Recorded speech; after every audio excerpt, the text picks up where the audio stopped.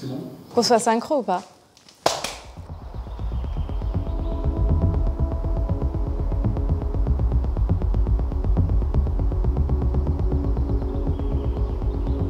Alors on remonte à 744, donc c'est vrai qu'on est là-dedans depuis pas mal de temps.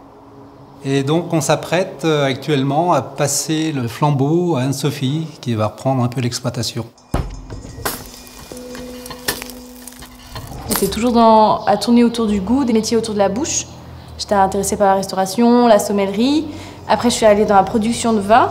Je me suis dit, non mais il y a un énorme potentiel en Savoie, plein de cépages intéressants, un avenir malgré ces changements climatiques. Quelque chose qui est là, qui est ancré, une histoire à continuer d'écrire.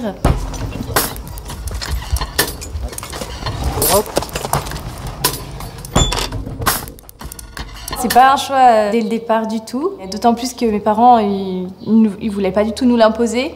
Tellement pas nous l'imposer que ça a été super dur pour moi de me l'avouer que ouais, en fait, c'était ça dont j'avais envie.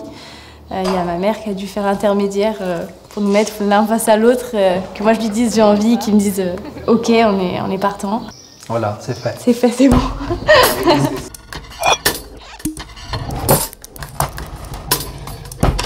Nous, on a reçu ça de mes parents, eux, ils l'avaient reçu de leurs parents, etc. Donc c'est vraiment une transmission finalement. On n'a pas l'impression d'être propriétaire de quelque chose. On reçoit quelque chose pour ensuite le donner, quoi. Donc, et ça, quand ça peut se faire, c'est vraiment un aboutissement, quoi, finalement. Ouais.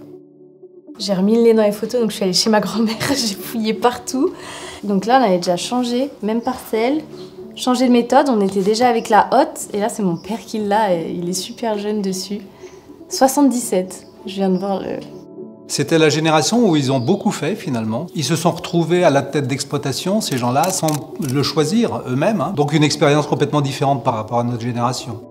Donc là, on est sur une Mondestin rouge 2020, et je trouve qu'on est plus tannique par rapport aux autres millésimes. Ouais, d'habitude, c'est plus glouglou, quoi. Ouais, ouais. Un vin glouglou, c'est pour dire gouléant, quoi. Donc c'est un vin qui a des tanins très atténués, qui glissent, quoi, vraiment... Ouais, moi je dirais fraîcheur, des vins qui sont frais, pas lourds du tout. Je dirais aussi légèreté au niveau alcool, on a quand même des degrés qui sont assez faibles par rapport à ce qui se fait ailleurs. Et puis aromatique, c'est vrai qu'on a quand même des cépages qui sont intéressants à ce niveau-là, que ce soit la Jacquère, l'Altesse, Bergeron. Bien chin alors hein.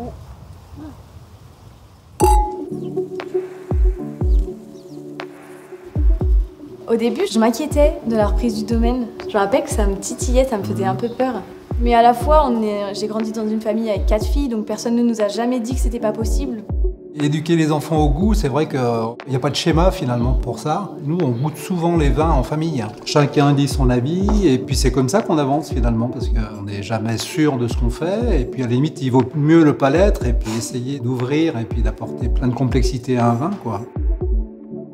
Faut pas vouloir essayer de plaire aux gens, finalement, faut faire son truc et sur un domaine c'est pareil, hein, je pense qu'il faut tracer sa voie. C'est comme une œuvre, ça parle à certains, ça parlera pas à d'autres. Ouais, de toute façon c'est ça, c'est de la création. Hein. Je sais pas, l'idée dont ça a un peu créé une vie dans la continuité du produit du vin, donc des endroits éphémères ou des concerts. Je vous inviterai.